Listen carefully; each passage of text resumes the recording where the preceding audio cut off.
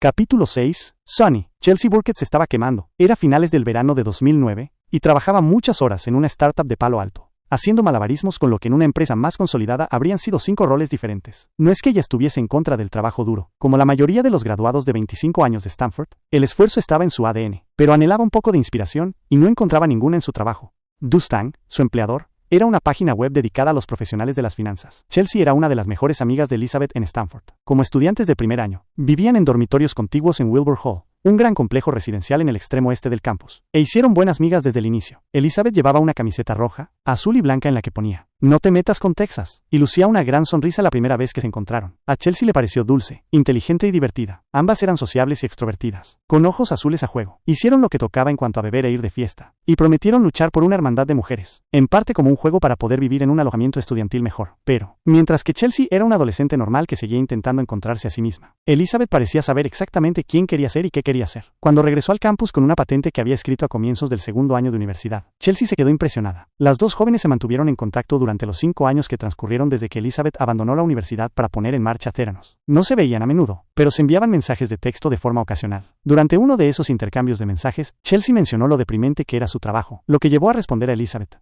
¿por qué no te vienes a trabajar para mí? Chelsea fue a ver a Elizabeth a la oficina de Hillview Avenue. A esta última no le llevó mucho tiempo venderle Theranos. Elizabeth habló con fervor sobre un futuro en el que la empresa salvaría vidas con su tecnología. A Chelsea le pareció mucho más interesante y noble que ayudar a encontrar trabajo a banqueros de inversión. Y Elizabeth resultaba muy persuasiva. Tenía esa manera intensa de mirarte mientras hablaba que te hacía creer en ella y desear seguirla. Rápidamente se decidieron por un papel para Chelsea. Trabajaría en el grupo de soluciones para clientes, que estaba a cargo de implantar los estudios de validación que Theranos estaba realizando para tratar de hacerse con el negocio de las compañías farmacéuticas. La primera tarea de Chelsea sería organizar un estudio con Centocor, una división de Johnson & Johnson. Cuando se presentó en su nuevo trabajo unos días después, Chelsea se enteró de que ella no era la única amiga a la que Elizabeth había contratado. Apenas una semana antes, Ramesh Sonny Balwani se había incorporado como ejecutivo de alto nivel de Theranos. Chelsea había visto a Sonny 1 o 2 veces, pero no lo conocía bien. Solo sabía que era el novio de Elizabeth, y que estaban viviendo juntos en un apartamento en Palo Alto. Elizabeth no había mencionado que Sonny fuera a unirse a la empresa, pero Chelsea en ese momento se enfrentaba a la realidad de tener que trabajar con él. ¿O era para él? No estaba segura de si tenía que rendir cuentas a Sonny o a Elizabeth. El título de Sonny, vicepresidente ejecutivo, sonaba vago e importante. Cualquiera que fuera su función, él no perdió el tiempo en imponerse. Desde el principio, se involucró en todos los aspectos de la empresa y se hizo omnipresente. Sonny era una persona con una fuerte personalidad, y no particularmente agradable. A pesar de que solo medía 1,67 m y era corpulento, compensaba su diminuta estatura con un estilo de gestión provocativo y agresivo. Sus gruesas cejas y sus ojos almendrados, colocados sobre una boca que colgaba de los bordes, y una barbilla cuadrada, proyectaban un aire de amenaza. Era arrogante y humillaba a los empleados, gritando órdenes y echando broncas. A Chelsea le desagradó de inmediato, a pesar de que él hizo un esfuerzo por ser más amable con ella por respeto a su amistad con Elizabeth. Chelsea no entendía lo que su amiga veía en aquel hombre, que era casi 2 décadas mayor que ella, y carecía de la gracia y los modales más elementales. Su instinto le dijo que Sonny era un pájaro de mal agüero, pero Elizabeth parecía tener la mayor confianza en él. Sonny estaba presente en la vida de Elizabeth desde el verano, antes de que ella fuera a la universidad. Se conocieron en Pekín en su tercer año de asistencia al programa de mandarín de Stanford. Elizabeth se había esforzado por hacer amigos aquel verano, y algunos de los estudiantes la acosaron durante el viaje. Sonny, el único adulto entre un grupo de estudiantes universitarios, intervino para acudir en su ayuda. Así fue como la madre de Elizabeth, Noelle, describió a Lorraine Fuis el origen de su relación. Nacido y criado en Bombay, Sonny llegó por primera vez a los Estados Unidos en 1986 para realizar estudios universitarios. Después, trabajó como ingeniero de software en Lotus y Microsoft durante una década. En 1999, se unió a un empresario israelí llamado Liron Petrushka en una startup de Santa Clara, California, llamada enlace a commercebit.com. Petrushka estaba desarrollando un programa de software que permitiría que las empresas se enfrentaran entre sí, a sus proveedores en subastas online en directo, para asegurar economías de escala y precios más bajos. Cuando Sonny entró en CommerceBit, el delirio de las .com estaba en su apogeo, y el nicho en el que se movía la empresa de Petrushka, conocido como comercio electrónico entre empresas, se había puesto muy de moda. Los analistas predecían sin aliento que pronto se manejarían a través de Internet $6 billones de comercio entre corporaciones. El líder del sector, Commerce One, acababa de salir a bolsa y había visto triplicarse el precio de sus acciones en su primer día de transacciones. Terminó el año con un incremento del 1000%. En noviembre, solo unos meses después de que Sonny fuera nombrado presidente y director de tecnología de CommerceBit, Commerce One adquirió la empresa por $232 millones en efectivo y acciones. Supuso un precio impresionante para una empresa que solo tenía 3 clientes que probaban su software y apenas obtenía ingresos. Como segundo ejecutivo de mayor rango de la compañía, Sonny se embolsó más de $40 millones. Su sentido de la oportunidad fue perfecto. 5 meses después, explotó la burbuja de las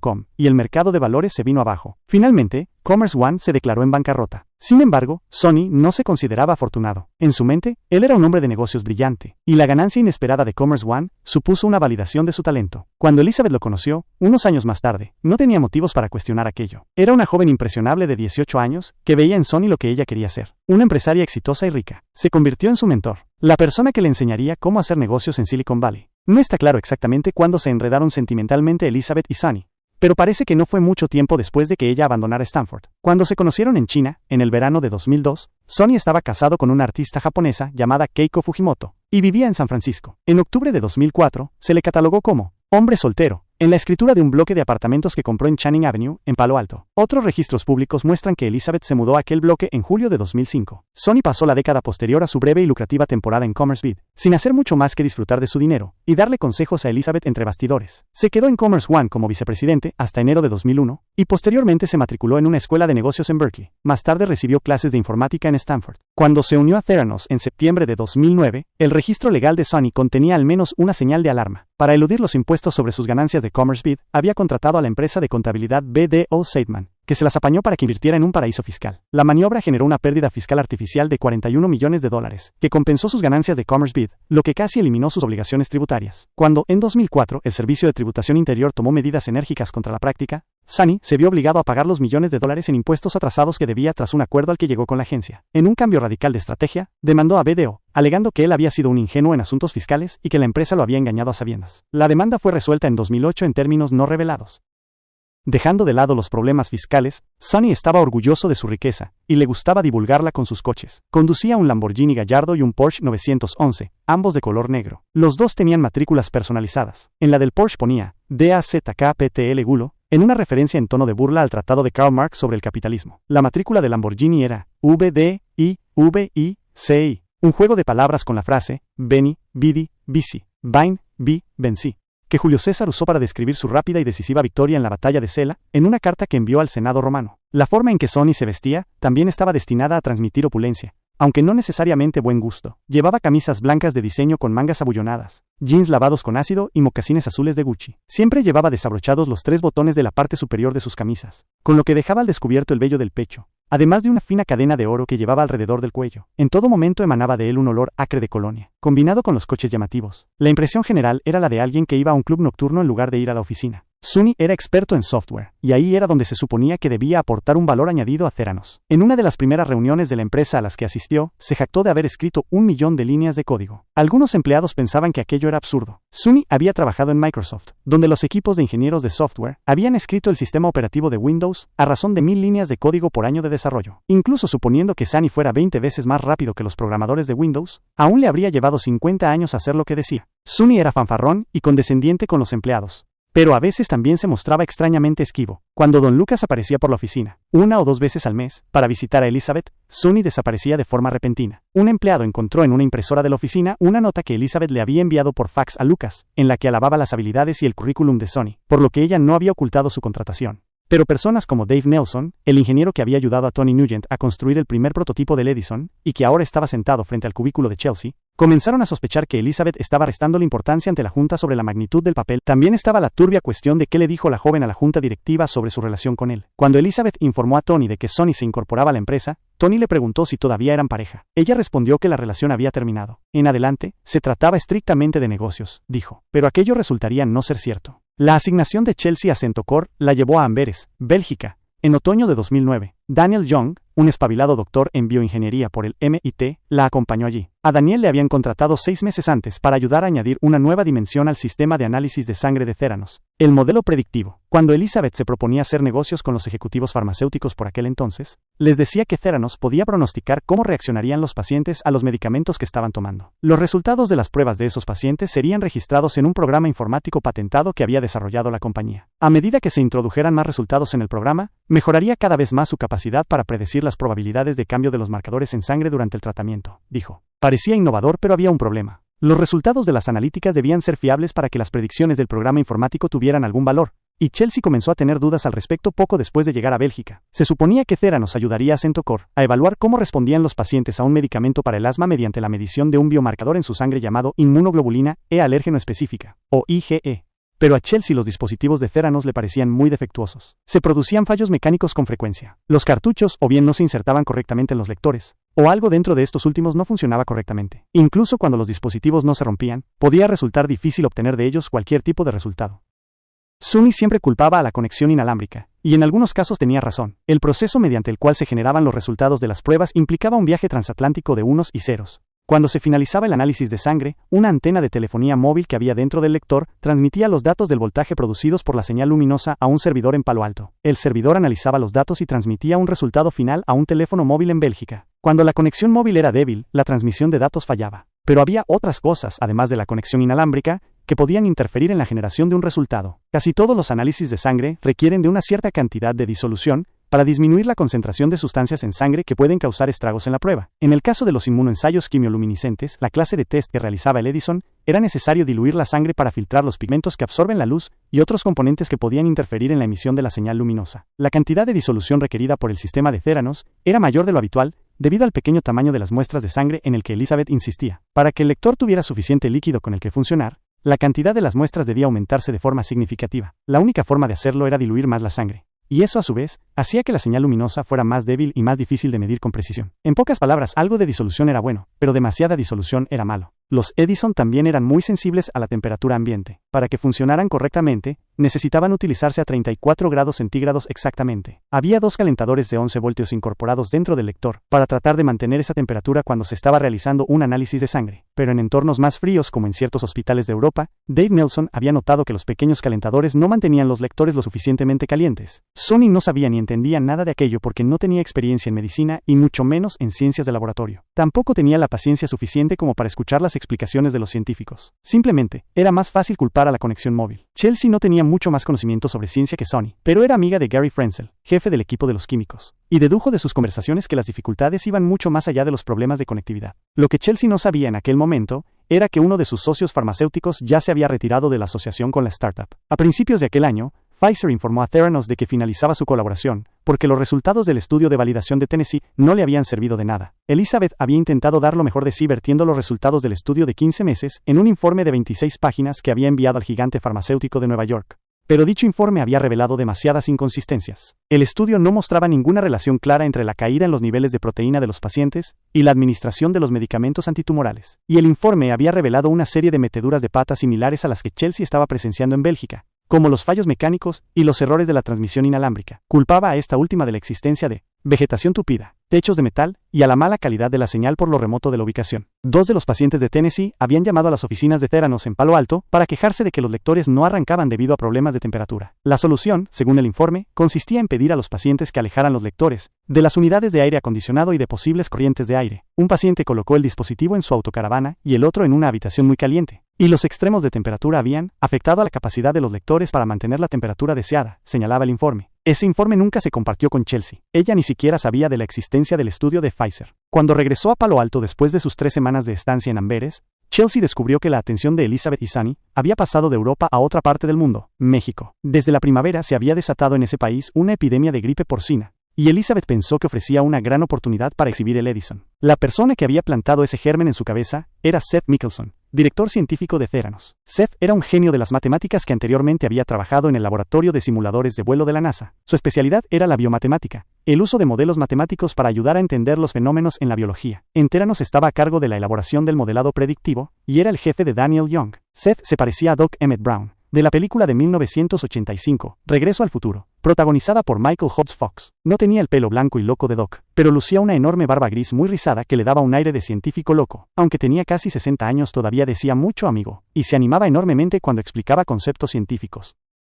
Seth le había hablado a Elizabeth sobre un modelo matemático llamado SAIR, siglas de susceptible, expuesto, infectado y resuelto, que pensaba que podría adaptarse para predecir dónde se propagaría a continuación el virus de la gripe porcina. Para que funcionase, Theranos tendría que examinar a pacientes que se hubiesen infectado recientemente e introducir en el modelo los resultados de sus analíticas. Eso significaba llevar a México los lectores y cartuchos del Edison. A Elizabeth se le ocurrió colocarlos en la parte trasera de camionetas pick-up y transportarlos hasta las aldeas mexicanas, situadas en la línea del frente del brote. Chelsea hablaba español con fluidez, así que se decidió que ella iría a México con Sony. Por lo general, obtener autorización para usar un dispositivo médico experimental en un país extranjero no resulta fácil, Pero Elizabeth aprovechó las conexiones familiares de un estudiante mexicano rico en Stanford, consiguió una audiencia entre Chelsea y Sonny, y funcionarios de alto rango en el Instituto Mexicano del Seguro Social, IMSS, la agencia que administra el sistema público de salud del país. El IMSS aprobó el envío de 2 docenas de lectores del Edison a un centro hospitalario en Ciudad de México. El centro, un complejo inmenso llamado Hospital General de México, estaba ubicado en la colonia Doctores, uno de los barrios con mayor índice de criminalidad de la ciudad. A Chelsea y Sonny los disuadieron de ir y venir del hospital por su cuenta. Un conductor los dejaba a las puertas de las instalaciones cada mañana y los recogía al final de cada jornada. Durante semanas,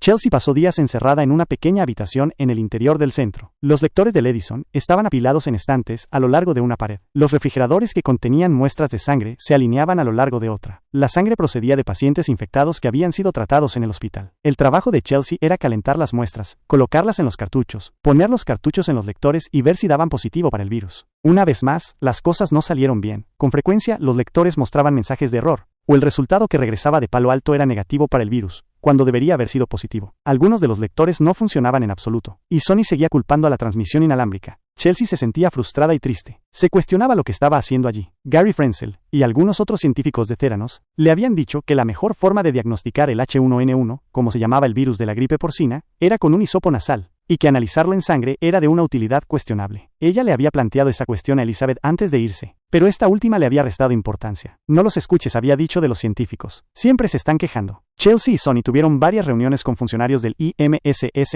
en el Ministerio de Salud de México para informarles sobre su trabajo. Sonny no hablaba ni entendía una palabra de español, así que Chelsea era la que llevaba la conversación todo el tiempo. A medida que avanzaban las reuniones, la cara de Sonny revelaba una mezcla de irritación y preocupación. Chelsea sospechaba que le preocupaba que ella les estuviera diciendo a los mexicanos que el sistema de Theranos no funcionaba. La joven disfrutaba viéndolo sufrir. Mientras tanto, en Palo Alto, la noticia en toda la oficina fue que Elizabeth estaba negociando un acuerdo para vender 400 lectores del Edison al gobierno mexicano. Se suponía que el acuerdo traería consigo una entrada de efectivo muy necesaria. Los $15 millones que Theranos había recaudado en sus primeras 2 rondas de financiación habían desaparecido hacía mucho tiempo y ya habían consumido gran parte de los $32 millones que Henry Moseley había contribuido a lograr en su ronda de la Serie C a finales de 2006. Entretanto, Sonny también viajó a Tailandia para establecer otro puesto de avanzadilla para las pruebas de gripe porcina. La epidemia se había extendido a Asia, y el país era uno de los más afectados de la región, con decenas de miles de casos y más de 200 muertes. Pero a diferencia de México, no estaba claro que las actividades de Theranos en Tailandia contaran con la aprobación de las autoridades locales. Entre los empleados circulaban rumores de que las conexiones de Sonny allí eran turbias, y que estaba pagando sobornos para obtener muestras de sangre de pacientes infectados. Cuando un colega de Chelsea, en el grupo de soluciones para clientes llamado Stefan Christou, dimitió inmediatamente después de regresar de un viaje a Tailandia que hizo con Sonny, en enero de 2010, muchos se lo tomaron como un signo de que los rumores eran ciertos. Chelsea ya había regresado de México y los cotilleos sobre Tailandia la asustaron. Ella sabía que había una ley contra el soborno llamada Ley de Prácticas Extranjeras Corruptas. Violarla era un delito grave que podía acarrear penas de cárcel. Cuando se paró a pensarlo, había muchas cosas sobre la empresa que le hacían sentir incómoda. Y Sonny era lo que más. Él generaba una cultura del miedo con su comportamiento intimidatorio. Los despidos siempre habían sido algo común en la empresa, pero a finales de 2009 y principios de 2010 fue Sonny quien asumió el papel de verdugo. Chelsea incluso aprendió una nueva expresión: desaparecer a alguien. Así era como los empleados usaban el verbo, normalmente intransitivo, cuando alguien era despedido. Sonny lo desapareció, decían, evocando la imagen de un golpe de la mafia en el Brooklyn de los años 70. Los científicos, especialmente, le tenían miedo a Sonny. Uno de los pocos que se enfrentaron a él fue Seth Mickelson. Unos días antes de Navidad, Seth salió y compró camisetas tipo polo para su grupo. El color de las camisetas se correspondía con el verde del logotipo de la empresa y tenían las palabras Biomatemática de Theranos estampadas en ellas. Seth pensó que era un buen gesto para fomentar el trabajo en equipo y las pagó de su propio bolsillo. Cuando Sonny vio los polos, se enfadó. No le gustó que no le hubieran consultado, y argumentó que el regalo de Seth a su equipo hacía que los otros jefes fueran mal vistos. Anteriormente en su carrera, Seth había trabajado en Roche, el gran fabricante de medicamentos suizo, donde dirigía un equipo de 70 personas, y contaba con un presupuesto anual de $25 millones.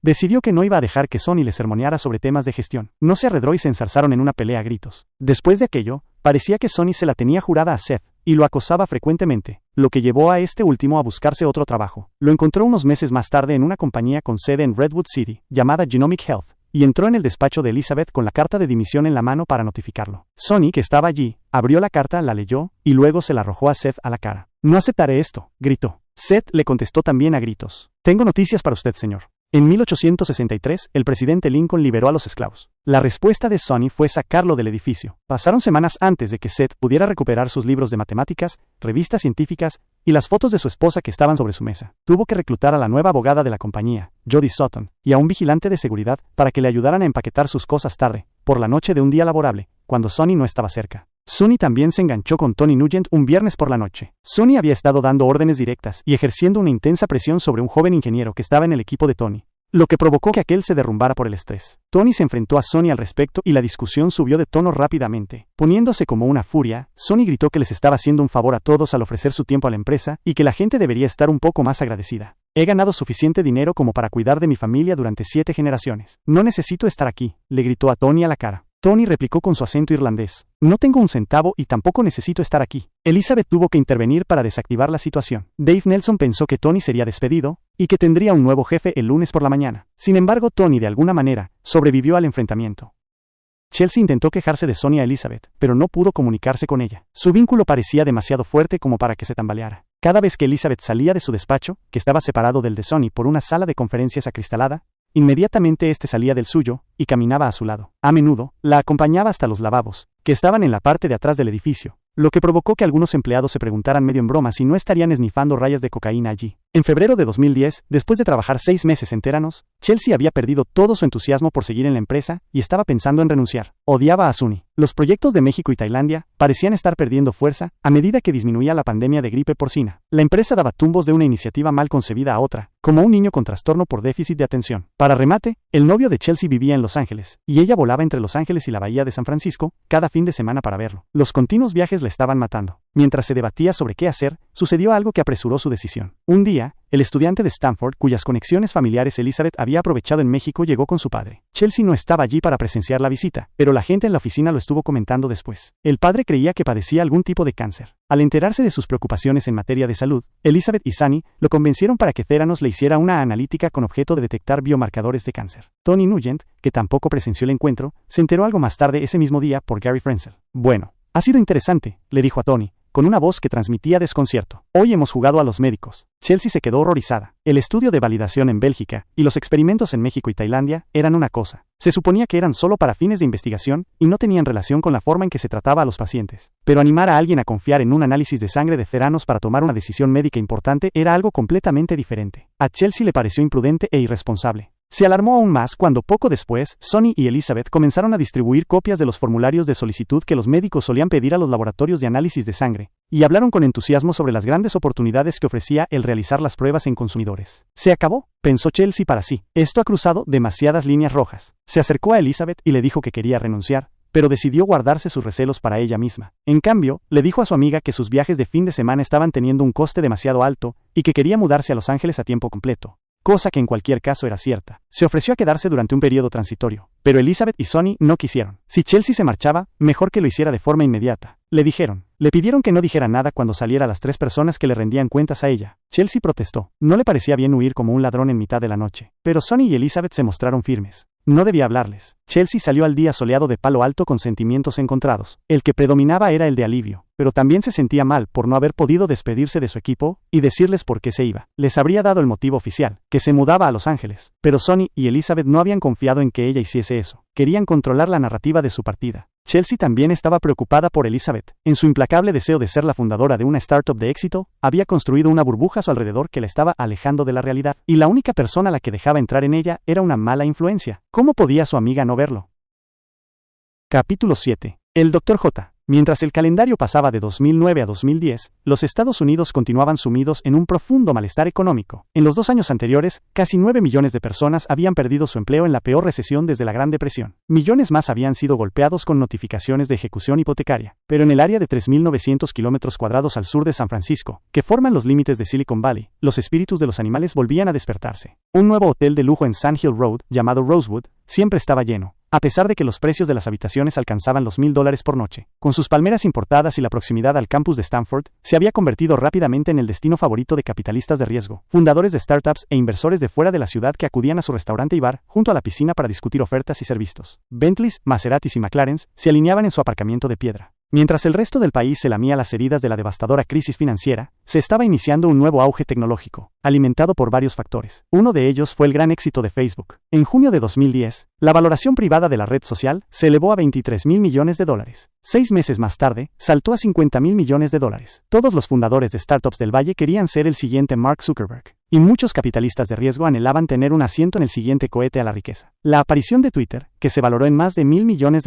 a finales de 2009, le añadió emoción. Mientras tanto, el iPhone y los teléfonos inteligentes de la competencia, con el sistema operativo Android de Google, empezaron a marcar el cambio hacia la informática móvil, a medida que las redes móviles se volvían más rápidas y capaces de manejar grandes cantidades de datos. Juegos para teléfonos móviles tan populares como Angry Birds, por cuya descarga millones de usuarios de iPhone pagaban $1 cada uno, sembraron la idea de que se podía construir un negocio en torno a una aplicación para teléfonos inteligentes. En la primavera de 2010, una desconocida startup llamada UberCab realizó un lanzamiento beta en San Francisco de su servicio de transporte privado de pasajeros en turismos negros. Sin embargo, todo esto podría no haber sido suficiente para prender la mecha del nuevo boom, si no hubiera sido por otro ingrediente clave: los bajísimos tipos de interés. Para rescatar la economía, la Reserva Federal había reducido dichos tipos casi a cero, lo que hizo que inversiones tradicionales, como los bonos, no resultaran atractivas, con lo que los inversores fueron a la busca de rendimientos más altos en otros lugares. Uno de esos lugares a los que recurrieron fue Silicon Valley. De repente, los gestores de los fondos de cobertura de la costa este, que normalmente invertían solo en acciones que cotizaban en bolsa, estaban haciendo la peregrinación al oeste en busca de prometedoras oportunidades nuevas en el mundo de las startups privadas. A ellos se les unieron los ejecutivos de compañías antiguas y establecidas que buscaban sacar partido a la innovación del valle para rejuvenecer empresas golpeadas por la recesión. En este último grupo se encontraba un hombre de Filadelfia de 65 años que saludaba a la gente chocando los 5 en lugar de dar un apretón de manos, y recibía el sobrenombre de Dr. J. El verdadero nombre del Dr. Jefe era Jay Rosen, y en realidad era médico. Aunque había pasado la mayor parte de su carrera trabajando para grandes corporaciones, era miembro del equipo de innovación de Walgreens, que se encargaba de identificar ideas y tecnologías nuevas que pudieran reiniciar el crecimiento en la cadena de farmacias de 109 años de antigüedad. El Dr. Jefe dirigía una oficina en las afueras de Conshohocken, en Filadelfia, que Walgreens había heredado al adquirir en 2007, de Take Care Health Systems, un operador de clínicas en las tiendas donde él estuvo empleado anteriormente. En enero de 2010, Theranos envió un correo electrónico a Walgreens en el que indicaba que había desarrollado pequeños dispositivos capaces de realizar cualquier análisis de sangre con unas pocas gotas extraídas de la yema de un dedo, en tiempo real, y por menos de la mitad de lo que costaban los laboratorios tradicionales. 2 meses después, Elizabeth y Sonny viajaron a la sede de Walgreens en Deerfield, barrio periférico de Chicago, Illinois, y ofrecieron una presentación a un grupo de ejecutivos de Walgreens. El Dr. J, que voló desde Pensilvania para la reunión, reconoció al instante el potencial de la tecnología de Theranos. Creía que colocar las máquinas de la startup en las farmacias Walgreens podría abrir una nueva fuente de ingresos para el minorista y suponer el cambio radical que había estado buscando. No era solo la propuesta de negocios lo que atraía al Dr. J. A un chiflado de la salud que observaba atentamente su dieta, que rara vez bebía alcohol y estaba obsesionado con ir a nadar todos los días, le apasionaba contribuir a que las personas llevaran una vida más saludable. La imagen que Elizabeth presentó en la reunión sobre cómo hacer que los análisis de sangre fueran menos dolorosos y más accesibles, para que pudieran convertirse en un sistema de alerta temprana contra enfermedades, le tocó la fibra. Aquella noche, apenas pudo contener la emoción durante la cena en un bar, que se especializaba en servir vinos, con 2 colegas de Walgreens que no estaban al tanto de las conversaciones secretas con Theranos. Después de pedirles que mantuvieran en secreto lo que estaba a punto de decirles, reveló en voz baja que había encontrado una empresa que, a su modo de ver, iba a transformar la imagen de la industria farmacéutica. Imaginaos que se pudiera detectar el cáncer de mama antes de hacer una mamografía, dijo a sus cautivados colegas, haciendo una pausa dramática. Unos minutos antes de las 8 de la mañana del 24 de agosto de 2010, un grupo de coches de alquiler se detuvo frente al 3200 de Hillview Avenue en Palo Alto. De uno de ellos salió un hombre fornido con gafas y hoyuelos en su ancha nariz. Se llamaba Kevin Hunter, y dirigía una pequeña empresa de consultoría de laboratorio llamada Collaborate. Formaba parte de una delegación de Walgreens encabezada por el Dr. J, que había viajado a California para mantener una reunión de 2 días con Theranos. La cadena de farmacias lo había contratado unas semanas antes para ayudar a evaluar y establecer una asociación que estaba negociando con la startup.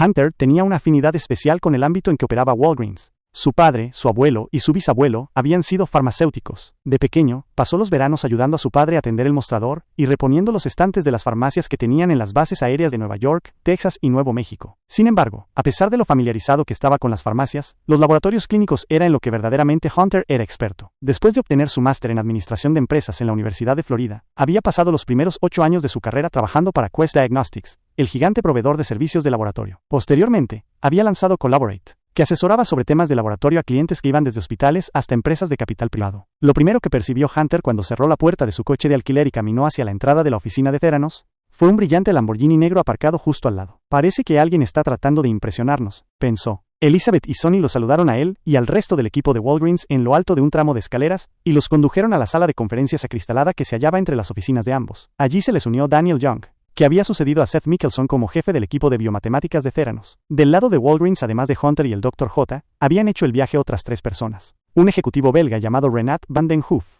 un ejecutivo financiero llamado Dan Doyle, y Jim Sundberg, que trabajaba con Hunter en Collaborate. El Dr. J chocó los 5 a Sonny y Elizabeth. Luego se sentó y dio inicio a la reunión con la misma frase que siempre usaba cuando se presentaba. Hola, soy el Dr. J, y yo solía jugar al baloncesto. Hunter ya le había escuchado usarlo una docena de veces en las pocas semanas que llevaban trabajando juntos, y ya no le hacía gracia. Pero para el Dr. J, era un chiste que no envejecía. Provocó algunas risitas incómodas. Me emociona muchísimo que estemos haciendo esto, exclamó entonces el Dr. J. Se refería a un proyecto piloto que las empresas habían acordado llevar a cabo. Consistiría en ubicar los lectores de Theranos en algunas farmacias, entre 30 y 90 tiendas Walgreens a más tardar a mediados de 2011. Los clientes de las tiendas podrían hacerse un análisis de sangre con solo un pinchazo en la yema del dedo y recibir sus resultados en menos de una hora. Ya se había firmado un contrato preliminar en virtud del cual Walgreens se comprometía a comprar de antemano cartuchos de Theranos valorados en más de $50 millones y a prestar a la startup $25 millones adicionales. Si todo iba bien con el programa piloto, las compañías se propondrían como objetivo ampliar su asociación por todo el país.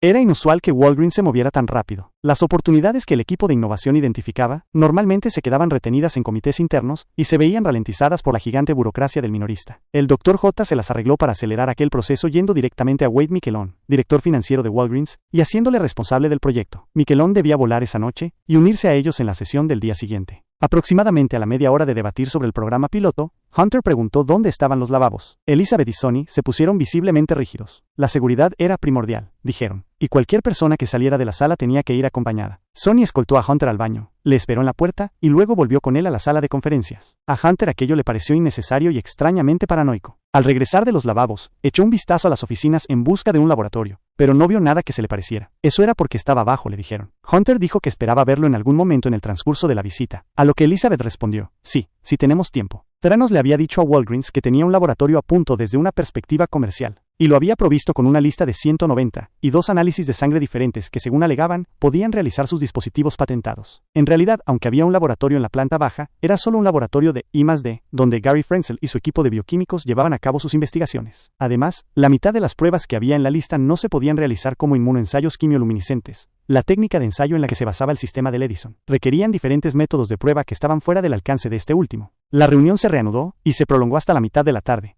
momento en el que Elizabeth sugirió que tomaran una cena temprana en la ciudad. Cuando se levantaron de la silla, Hunter volvió a preguntar por el laboratorio. Elizabeth golpeó al Dr. J en el hombro y le hizo un gesto para que la siguiera fuera de la sala. Él regresó un rato después y le dijo a Hunter que aquello no iba a suceder. Elizabeth no estaba dispuesta a mostrarles el laboratorio todavía, dijo. En cambio, Sonny enseñó su oficina al equipo de Walgreens. Había un saco de dormir en el suelo detrás de su escritorio. Su baño tenía una ducha y guardaba una muda de ropa a mano. Trabajaba tantas horas que muchas noches dormía en la oficina, les dijo con orgullo a los visitantes. Cuando fueron a cenar, Sonny y Elizabeth les hicieron salir a intervalos escalonados. No querían que todos llegaran al restaurante al mismo tiempo porque se arriesgaban a llamar la atención. También dieron instrucciones a Hunter y a sus colegas para que no usaran nombres reales. Cuando Hunter llegó al restaurante, un pequeño establecimiento donde se tomaba sushi en el camino real llamado Fuki Sushi, lo condujeron a una sala privada que había en la parte de atrás con puertas correderas, donde Elizabeth estaba esperando. Aquel teatro de intriga y misterio a Hunter le pareció una tontería. Eran las 4 de la tarde y el restaurante estaba vacío. No había nadie a quien ocultar su presencia. Es más, si había algo que pudiera llamar la atención, era el Lamborghini de Sonny en el aparcamiento.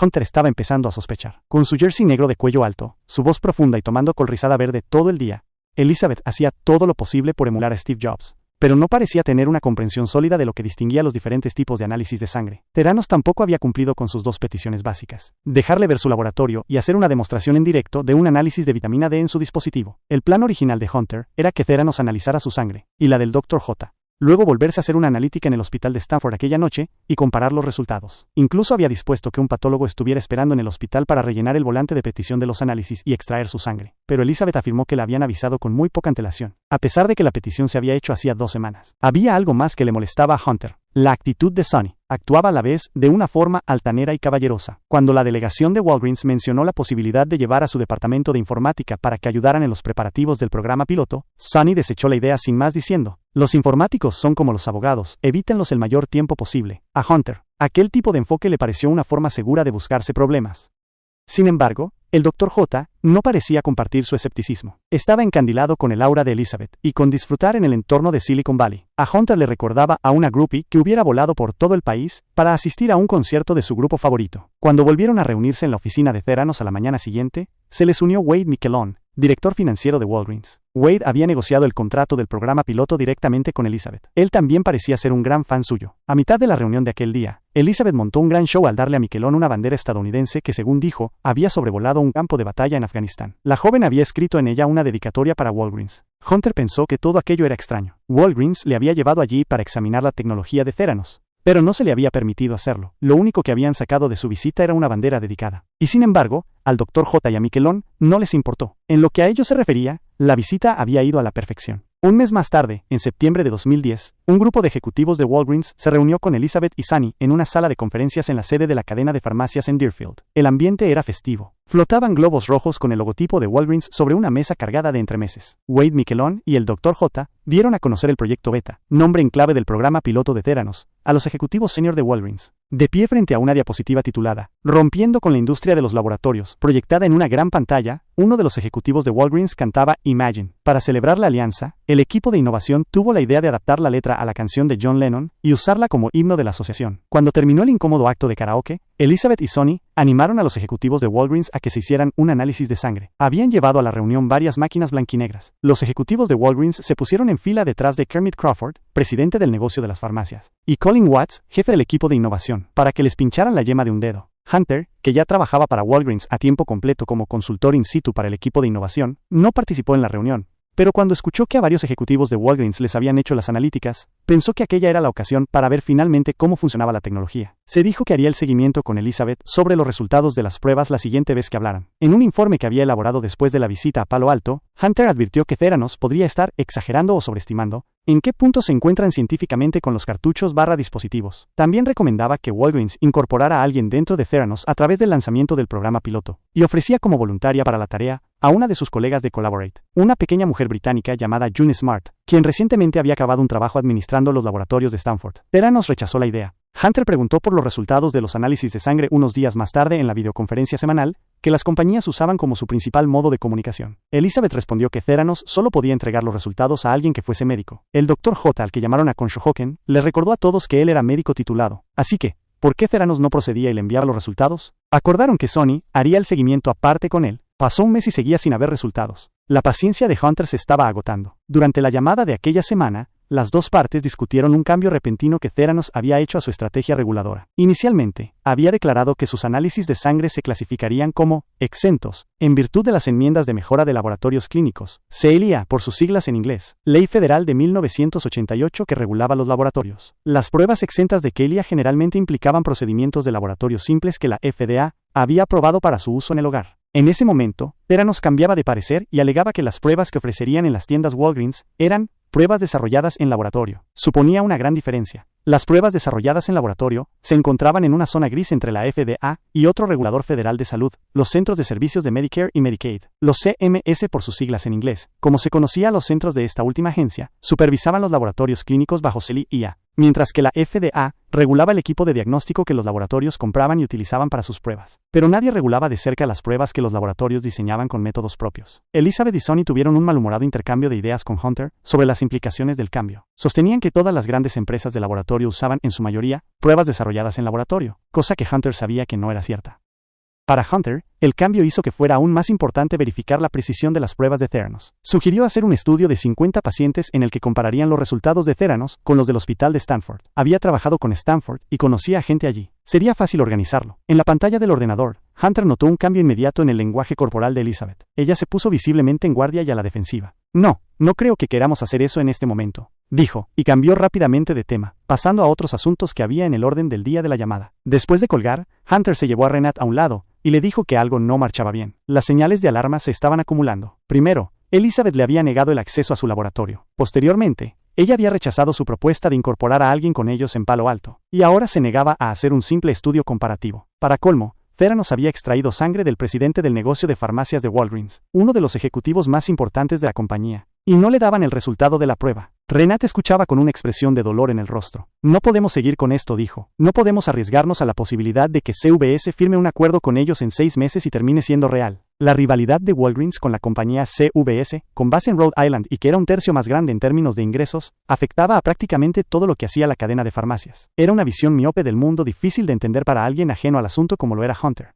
que no era un hombre de la compañía Walgreens. Theranos se había aprovechado hábilmente de su inseguridad. Como resultado, Walgreens sufría un caso grave de fobia a quedar al margen. Hunter le suplicó a Renat que al menos le permitiera echar un vistazo en el interior del único lector blanquinegro que Theranos les había dejado después de la fiesta de lanzamiento del proyecto Beta. Se moría de ganas por arrancar las tiras de la cinta de seguridad de su caja y abrirla. Theranos les había enviado algunos kits de prueba para ello, pero eran para analíticas poco conocidas como un panel de susceptibilidad a la gripe, que no ofrecía ningún otro tipo de laboratorio que él conociera. Por lo tanto, era imposible comparar sus resultados con nada. Qué oportuno, se dijo Hunter. Además, los kits habían caducado. Renat dijo que no. Además de firmar acuerdos de confidencialidad, se les había advertido con seriedad que no manipulasen el lector. El contrato que las compañías habían firmado indicaba que Walgreens acordaba no desmontar ni aplicar ingeniería inversa a los dispositivos ni a ningún componente de los mismos. Tratando de contener su frustración, Hunter hizo una última petición. Theranos siempre invocaba dos cosas como prueba de que su tecnología había sido examinada. La primera era el trabajo de ensayo clínico que realizó para las compañías farmacéuticas. Los documentos que proporcionó a Walgreens indicaban que el sistema de Theranos había sido validado de manera integral en los últimos 7 años por 10 de las 15 mayores compañías farmacéuticas. La segunda era una revisión de su tecnología que el Dr. J supuestamente había encargado a la Facultad de Medicina de la Universidad Johns Hopkins. Hunter había hecho algunas llamadas a las compañías farmacéuticas, y no había podido hablar por teléfono con nadie para confirmar lo que afirmaba Theranos, aunque aquello no probaba nada. En aquel momento le pidió a Renat que le mostrara la reseña de la Johns Hopkins. Después de algunas dudas, Renat le entregó de mala gana un documento de 2 páginas. Cuando Hunter terminó de leerlo, casi se echó a reír. Era una carta fechada el 27 de abril de 2010, que resumía una reunión que Elizabeth y Sonny habían tenido con el Dr. J y 5 representantes de la Johns Hopkins en el campus de la Universidad en Baltimore. Afirmaba que habían mostrado al equipo de la Hopkins datos patentados del rendimiento de las pruebas, y que la mencionada institución había considerado que la tecnología era novedosa y sólida, pero también dejaba claro que la universidad no había realizado una verificación independiente por sí misma. De hecho, la carta incluía una cláusula de exención de responsabilidades en la parte inferior de la segunda página. Los materiales proporcionados de ninguna manera significan un respaldo por parte de la Facultad de Medicina de la Johns Hopkins a ningún producto o servicio. Hunter le dijo a Renat que la carta no tenía sentido. A juzgar por la expresión del belga, le pareció que estaba empezando a avanzar. Parecía que la confianza de Renat se había visto alterada. Hunter sabía que Dan Doyle, el ejecutivo responsable de las finanzas del equipo de innovación, compartía parte de su escepticismo. Si pudiera convencer a Renat de que adoptara su punto de vista, podrían lograr que el Dr. Hughes y Wade Miquelon vieran la luz y evitar así un posible desastre.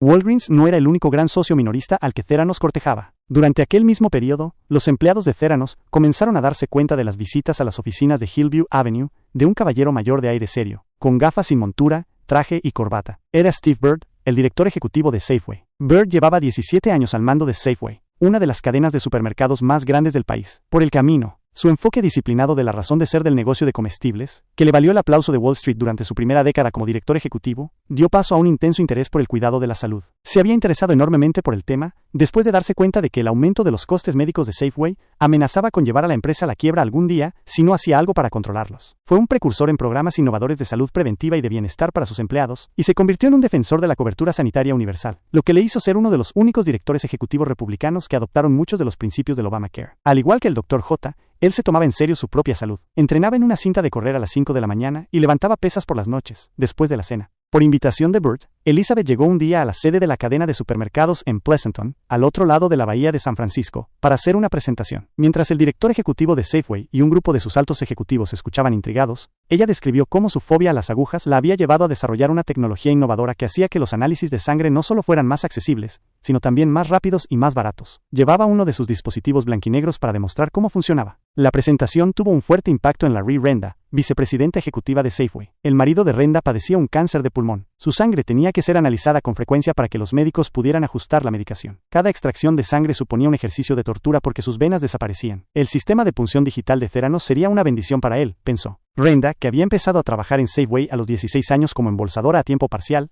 y se había abierto camino en la escala corporativa hasta convertirse en una de las ejecutivas de mayor confianza de Bird, pudo ver que su jefe también estaba muy impresionado. La propuesta de Theranos encajaba perfectamente con su filosofía del bienestar, y ofrecía una manera de mejorar los estancados ingresos de la cadena y los muy estrechos márgenes de ganancias. Poco después, Safeway también firmó un acuerdo con Theranos. Según el contrato, la cadena de supermercados prestaba a la startup $30 millones, y se comprometía a llevar a cabo una enorme renovación de sus tiendas para dar cabida a elegantes nuevas clínicas, donde a los clientes se les haría un análisis de sangre con los dispositivos de Theranos. Bird estaba loco de contento con la asociación. Veía a Elizabeth como a un genio precoz precoz y la trataba con una extraña deferencia. Por lo general, él era reacio a abandonar su oficina a menos que fuera absolutamente necesario, pero hizo una excepción con la joven, trasladándose regularmente a través de la bahía hasta Palo Alto. En una ocasión, llegó con una enorme orquídea blanca. En otra, le llevó un modelo en miniatura de un jet privado. El siguiente que tuviera, predijo, sería uno real. Bird estaba al tanto de las conversaciones paralelas de Theranos con Walgreens. Elizabeth le dijo que su empresa sería el proveedor exclusivo de los análisis de sangre de Theranos en los supermercados, mientras que a Walgreens se le otorgaría la exclusividad en las farmacias. Ninguna de las compañías estaba encantada con el acuerdo, pero ambas lo vieron mejor que perder una gran oportunidad de negocio.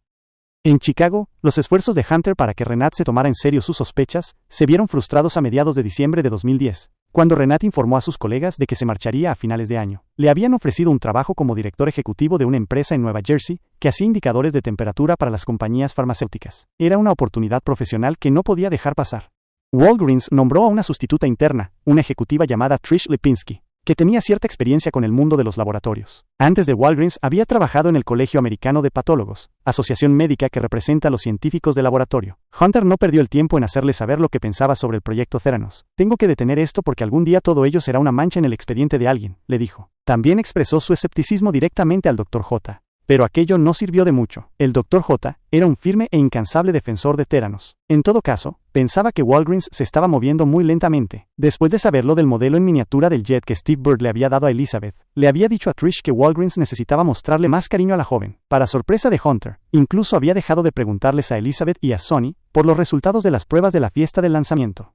Aparentemente estaba dispuesto a dejar que Theranos se saliera con la suya y no se los proporcionara. El Dr. J tenía un poderoso aliado en Wade Miquelon. Wade vestía con mucha elegancia y le encantaban los trajes caros y las gafas de diseño. Era sociable y muy querido en Walgreens. Sin embargo, muchos de sus colegas comenzaron a cuestionar su buen juicio después de que un artículo que apareció en el Chicago Tribune revelara que había sido arrestado por conducir ebrio por segunda vez en poco más de un año.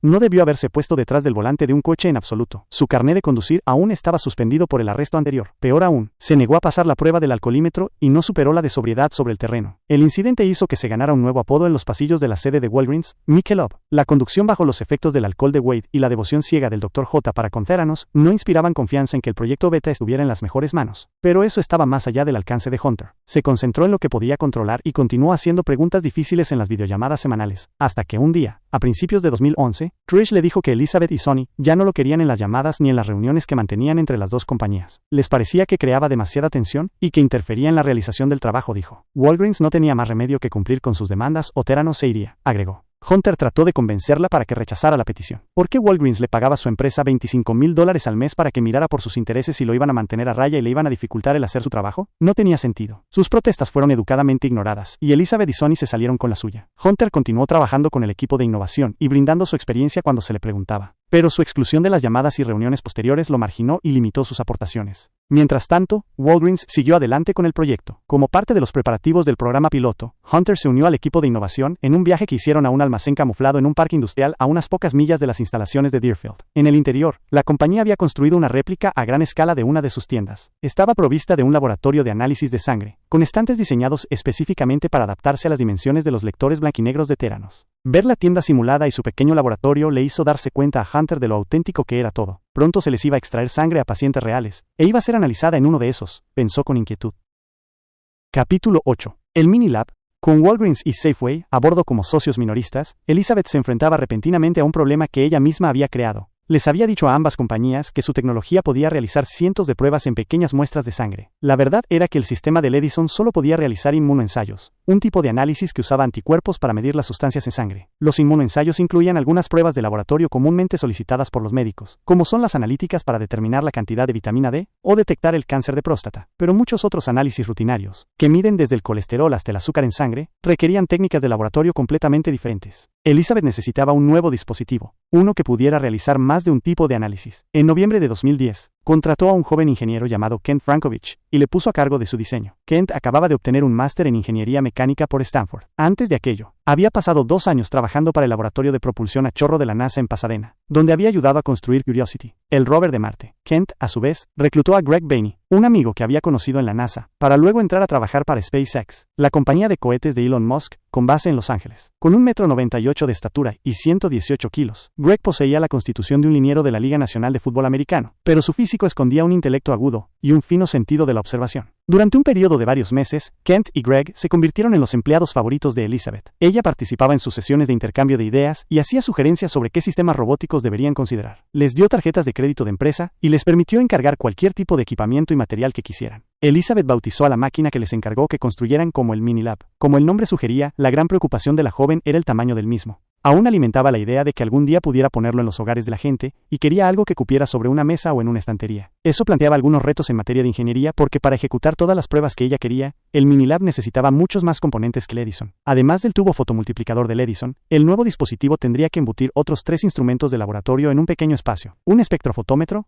un citómetro y un amplificador isotérmico. Ninguno de ellos era un invento nuevo. El primer espectrofotómetro comercial fue desarrollado en 1941 por el químico estadounidense Arnold Beckman, fundador de la empresa fabricante de equipos de laboratorio Beckman Coulter. Funciona emitiendo rayos de una luz de color a través de una muestra de sangre y midiendo cuánta luz absorbe dicha muestra. La concentración de una molécula en sangre se infiere a partir del nivel de absorción de dicha luz. Los espectrofotómetros se usan para calcular sustancias como el colesterol, la glucosa y la hemoglobina. La citometría, una forma de contar células sanguíneas, se inventó en el siglo XIX. Se usa para diagnosticar la anemia y los cánceres de sangre, entre otras afecciones. Laboratorios de todo el mundo han estado utilizando estos instrumentos durante décadas. En otras palabras, Theranos no era el primero en descubrir nuevas formas de analizar sangre. Más bien, el valor del Minilab residía en la miniaturización de la tecnología de laboratorio existente. Si bien eso podría no constituir una ciencia innovadora, tenía sentido dentro del contexto de la idea de Elizabeth de sacar los análisis de sangre fuera de los laboratorios centrales y llevarlos a las farmacias, supermercados, y con el tiempo, a los hogares de la gente. Sin duda, ya existían analizadores de sangre portátiles en el mercado. Uno de ellos, un dispositivo que parecía un pequeño cajero automático llamado Piccolo Express, podía realizar 31 análisis de sangre diferentes y mostrar resultados en tan solo 12 minutos. Únicamente se necesitaban 3 o 4 gotas de sangre para llevar a cabo un recuento de media docena de pruebas comúnmente solicitadas por los facultativos. Sin embargo, ni el Piccolo ni otros analizadores portátiles existentes podían realizar toda la gama de pruebas de laboratorio. En la mente de Elizabeth, aquel sería el gancho comercial del Minilab.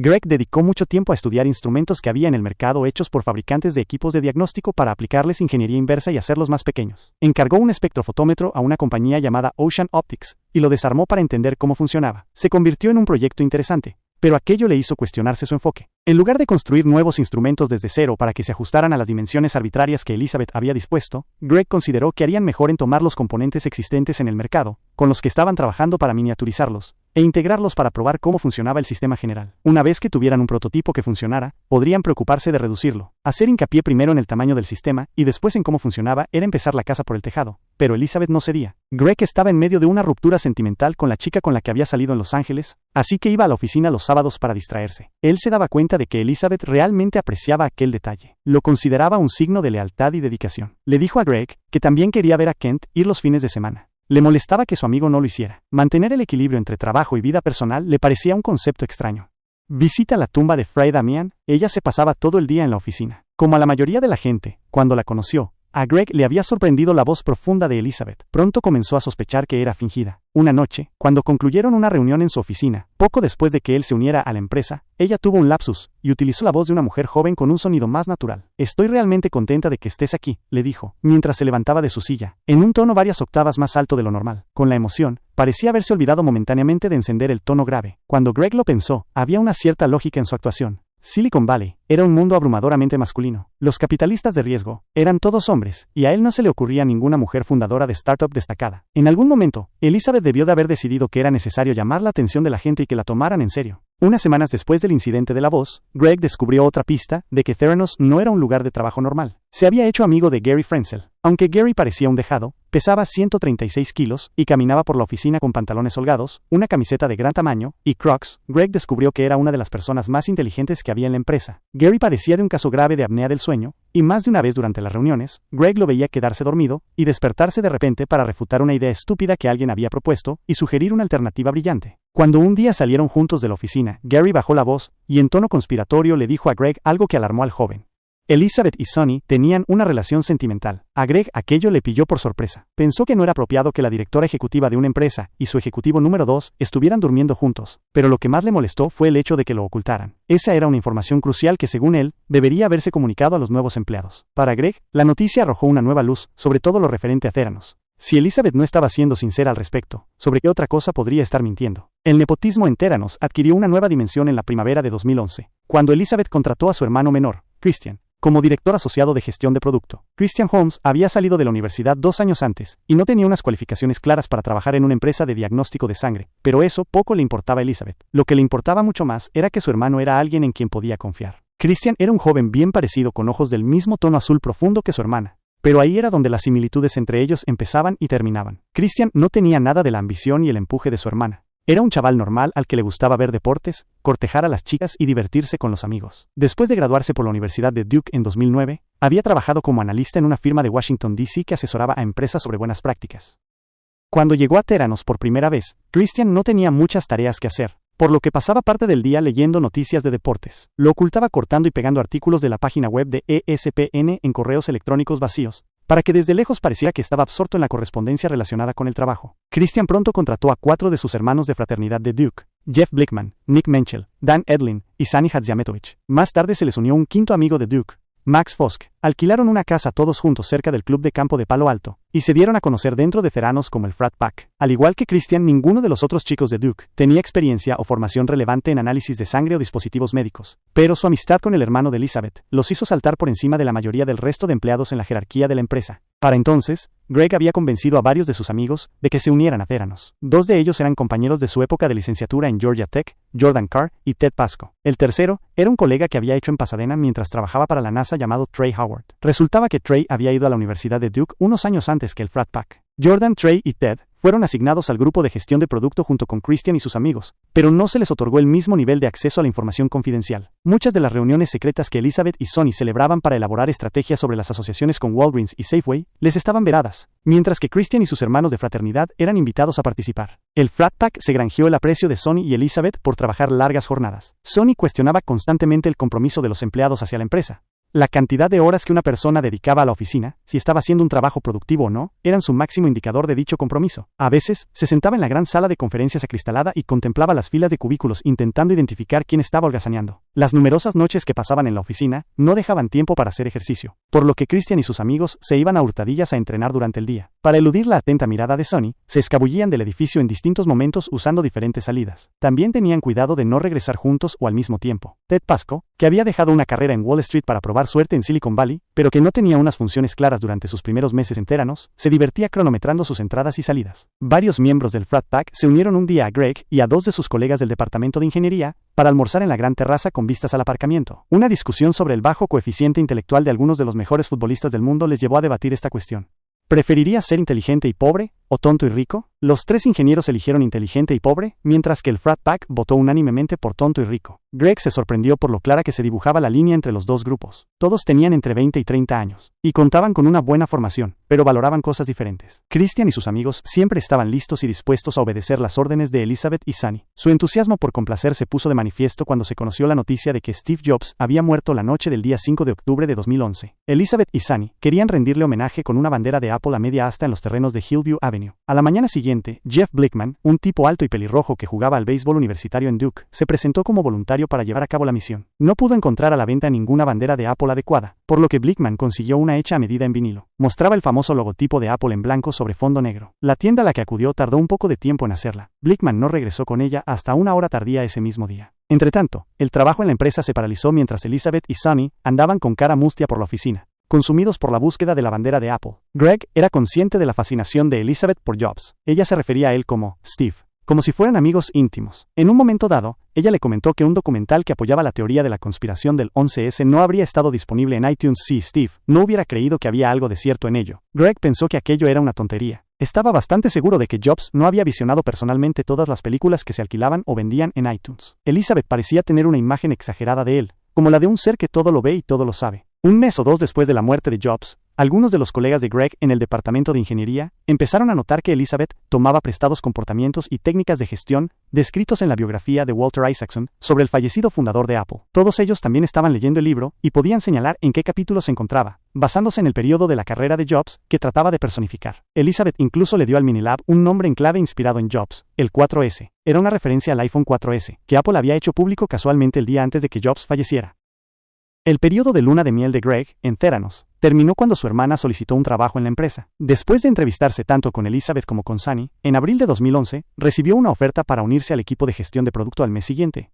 pero decidió rechazarla y quedarse con su empleador, la firma contable PwC. Al día siguiente, sábado, Greg estaba trabajando en la oficina. Elizabeth también estaba allí, pero no le saludó, lo cual le pareció extraño, ya que ella normalmente solía decirle algo, en especial los fines de semana. A la semana siguiente, Greg dejó de ser invitado a sus sesiones de intercambio de ideas con Kent. Se dio cuenta de que se había tomado de forma personal la decisión de su hermana, y que él estaba pagando el precio por ello. No mucho después, la propia relación de Kent con Elizabeth se enfrió. A todos los efectos, Kent era el arquitecto principal del Minilab. Era un ingeniero de talento que amaba construir cosas, y que también estaba aventurándose en un proyecto paralelo en su tiempo libre. Luces de bicicleta que iluminaban ambas ruedas y la carretera, lo que proporcionaría mayor visibilidad y seguridad para el ciclista durante la noche. Había propuesto el concepto en Kickstarter, y para sorpresa suya, pudo recaudar $215,000 en 45 días. Fue la séptima suma más alta recaudada en la plataforma de financiación colectiva aquel año. Lo que había sido tan solo un hobby de repente parecía que podía convertirse en un negocio viable. Kent le contó a Elizabeth lo de su exitosa campaña de Kickstarter, pensando que no le importaría, pero calculó mal. Sonny y ella se pusieron furiosos. Lo veían como un gran conflicto de intereses y le pidieron que transfiriera su patente de luces de bicicleta a Theranos. La documentación que Kent había firmado cuando se unió a la empresa les daba derecho a ser dueños de cualquier propiedad intelectual que produjera mientras estaba empleado allí,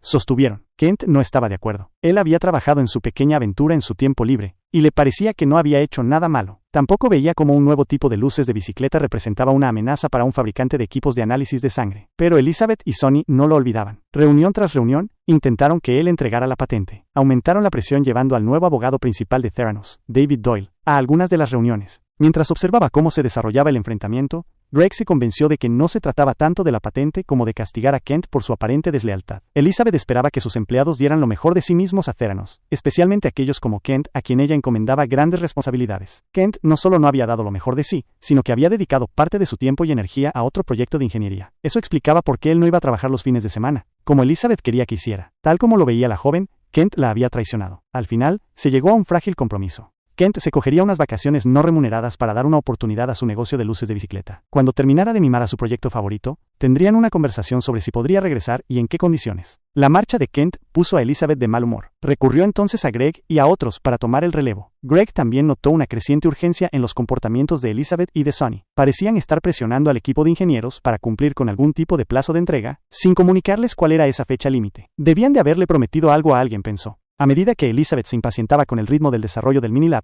Greg se llevaba la peor parte de su frustración. Cuando el equipo de ingenieros se reunía semanalmente para actualizar el estado de la situación, ella abría los encuentros mirándolo en silencio sin parpadear hasta que él rompía el hielo con un educado: «Hola Elizabeth, ¿cómo estás hoy?». Greg comenzó a tomar notas detalladas de lo que se discutía, y se acordaba en cada reunión. Notas que podía consultar a la semana siguiente para mantener las emociones al margen. En varias ocasiones, Elizabeth bajaba al taller de los ingenieros y revoloteaba alrededor de Greg mientras éste trabajaba. Él la saludaba educadamente y luego volvía al trabajo en silencio. Era una especie de extraño juego de poder, y él estaba decidido a no ponerse nervioso por ello. Una tarde, Elizabeth lo llamó a su oficina y le dijo que había percibido el escepticismo que emanaba de él. Después de un largo silencio en el que Greg se debatió si decirle que tenía algo de razón, él se aseguró de guardarse para sí su creciente desencanto, y le dijo una mentirilla. Estaba molesto porque Sonny había rechazado a varios postulantes de empleo que en su opinión estaban muy cualificados, y esperaba que fueran contratados por la empresa. Elizabeth debió de creerle porque se relajó notablemente. «Tienes que contarnos estas cosas», dijo.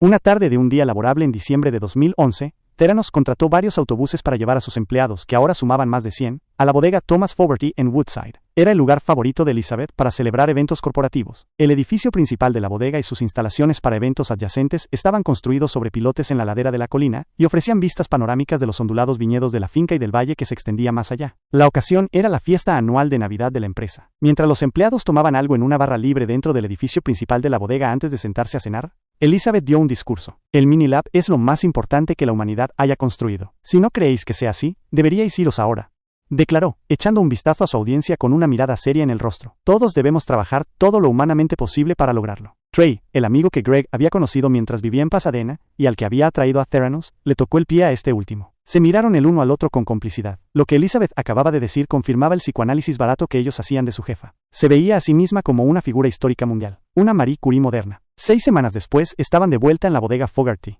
esta vez para celebrar la alianza con Safeway. De pie en la terraza al aire libre de la casa de eventos, Elizabeth arengó a los empleados durante 45 minutos mientras la niebla avanzaba, como si fuera el general Patton dirigiéndose a sus tropas antes de los desembarcos aliados. La magnífica vista que tenían ante ellos era apropiada, dijo, porque Theranos estaba a punto de convertirse en la empresa puntera de Silicon Valley. Hacia el final, se jactó: «No le tengo miedo a nada», y agregó después de una breve pausa: excepto a las agujas. A esas alturas, Greg se había desilusionado por completo y decidió quedarse solo 2 meses más, hasta que sus opciones de compra sobre acciones se ejecutasen en el primer aniversario de su contratación. Recientemente había asistido a una feria de trabajo en su universidad, Georgia Tech, y se había visto incapaz de hablarles de la empresa a los estudiantes que se detenían en el stand de Theranos. En cambio, había centrado sus consejos en los méritos de hacer carrera en Silicon Valley. Parte del problema era que Elizabeth y Sonny no tenían la capacidad, o la voluntad, de distinguir entre un prototipo y un producto terminado. El Minilab, que Greg estaba ayudando a construir, era un prototipo, nada más. Tenía que probarse a fondo y afinarse, lo que llevaría tiempo, un montón de tiempo. La mayoría de las empresas pasaban por 3 ciclos de creación de prototipos antes de salir al mercado con un producto, pero Sonny ya estaba haciendo pedidos de componentes para construir 100 Minilab, basados en un primer modelo no probado. Era como si Boeing construyera un avión, y sin hacer una sola prueba de vuelo les dijera a los pasajeros de la aerolínea: suban a bordo. Una de las dificultades que había que resolver por medio de pruebas exhaustivas era la cuestión térmica. Cuando se metían tantos instrumentos en un espacio pequeño y cerrado,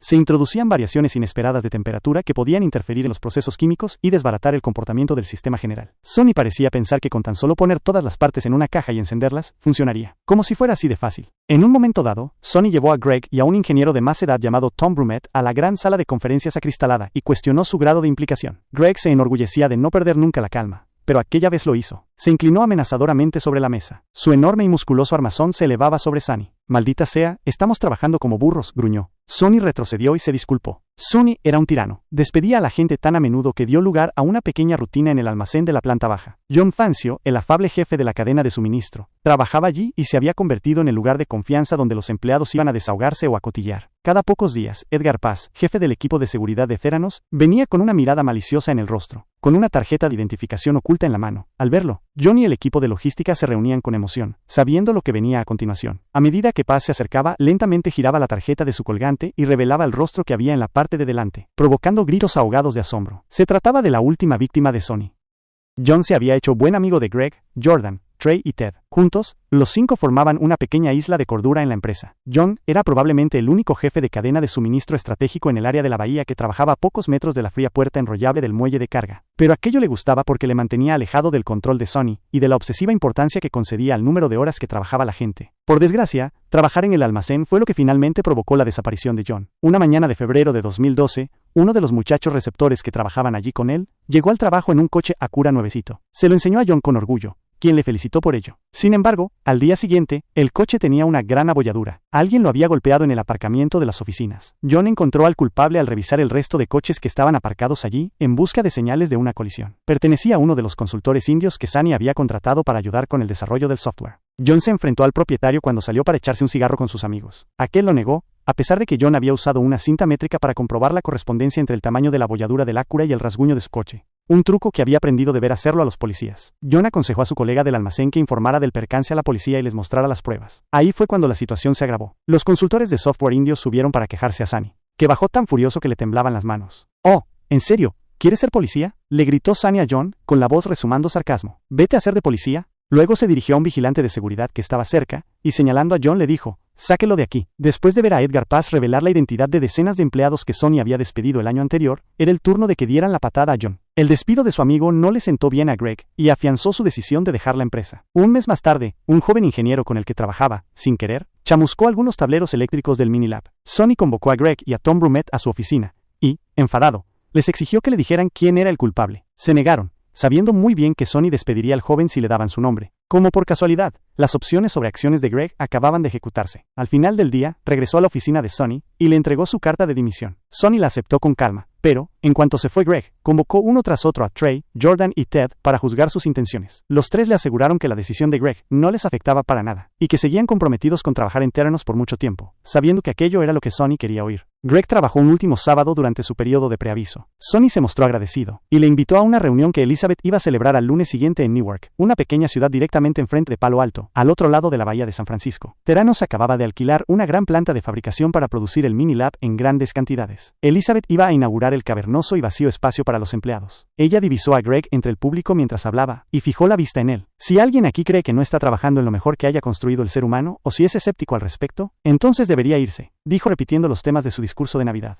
Entonces, mientras seguía mirando directamente a Greg, señaló a Trey, Jordan y Ted para dedicarles un reconocimiento especial. Había unos 150 empleados allí reunidos y podría haber gritado los nombres de cualquiera de ellos, pero optó por felicitar a las 3 personas que sabía que eran sus amigos. Fue una reprimenda pública final. En los meses posteriores a la partida de Greg, la puerta giratoria de Theranos continuó dando vueltas a un ritmo frenético. Uno de los incidentes más surrealistas implicó a un corpulento ingeniero de software llamado Del Barnwell. El Gran Del, como lo llamaba la gente, era un expiloto de helicópteros de la Marina. Sony estaba siempre encima de él, por no trabajar suficientes horas extras. Había llegado incluso a revisar las imágenes de seguridad para averiguar las idas y venidas del Gran Del Barnwell, y se enfrentó a él en una reunión en su oficina, afirmando que las cintas mostraban que trabajaba solo 8 horas al día. Te voy a apretar las clavijas, le dijo Sony, como si Del fuese un juguete roto. Pero el Gran Del no quería que le apretaran las clavijas. Poco después de la reunión, envió su carta de dimisión al asistente de Elizabeth. No supo nada más y trabajó diligentemente las últimas 2 semanas de su periodo de notificación. Luego, a las 4 de la tarde de un viernes, el Gran Del Assistant